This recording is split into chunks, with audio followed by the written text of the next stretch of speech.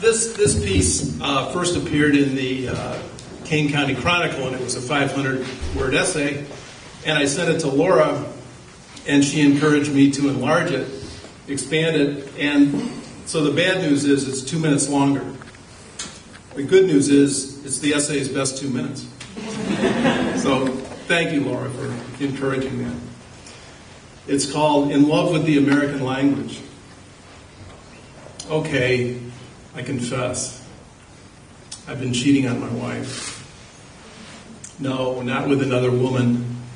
Nothing so pedestrian or far-fetched. Rather, I'm having a love affair with the American language.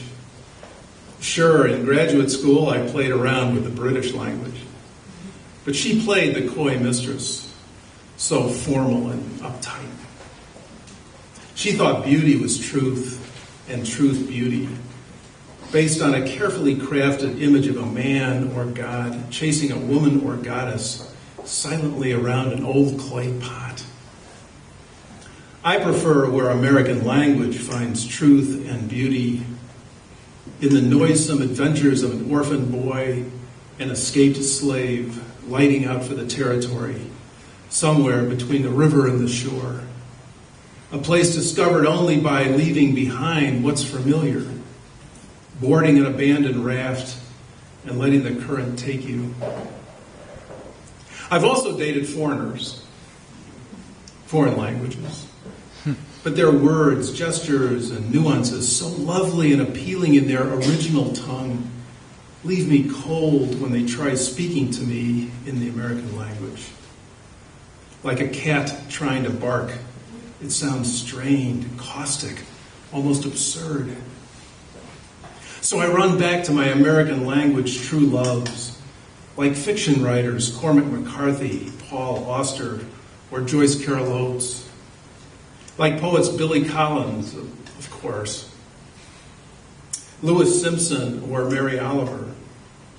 Like essayists Tom Wolfe, John Krakauer, or Joan Didion. When spending time with them, I learn something new each time we go out. Auster takes me places where objects and characters turn into complex symbols. Collins paddles me down rivers of humor and easy conversational speech. Didion reveals how a writer's life experiences can reveal everyone else's. I pick them up on their front pages as a nervous novice and drop them off in their biographical sketches, infatuated with their style. Some I'll even confess to stalking. I can't get enough of American language. Every morning around 4 or 5, I sneak out of my marital bed and join her. Together we read a short selection of fiction, nonfiction, or poetry, while a Melita filter drips mostly decaf coffee into a white carafe. After getting reacquainted, we travel down rivers of ferrous sulfate, winding over rectangular white deserts. She rows, I steer. Every odyssey Homeric as the one before, no matter how brief, until the alarm clock buzzes, ending our morning tryst, and I get ready to go teach. I'm not the only writer who obsesses over her. Popular mystery writer John D. MacDonald, who brought Travis McGee to life, insists that only students who have been compulsive and omnivorous readers all their lives should take college creative writing classes. Author and Anyai editor Sven Bergertz, after his life-changing encounter as a student working at Borders, where he happened onto Julio Cortázar's novel Hopscotch, argues, just as we mark big turnings in our outer life, so we ought to mark the ones that happen as the tip of the finger is wetted and the page is turned. Then there's recently deceased children's author Maurice Sendak. Out driving around doing errands one day, I heard on NPR's Fresh Air Sendak describe his delight when getting a passage in his new book, Bumblearty, exactly right. when I thought of it, I was so happy that I thought of it. It came to me, which is what the creative act is all about.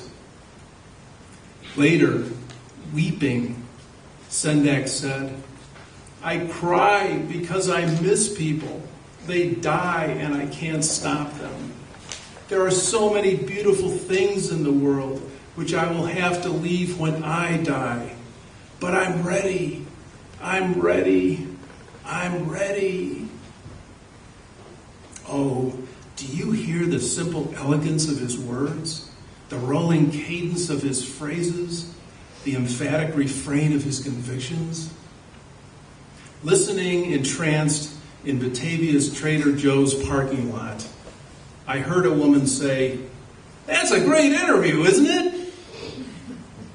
Obviously, having heard the interview previously, she was walking by and wanted to offer her commiseration with Sendak and me and everyone else thinking about their eventual end.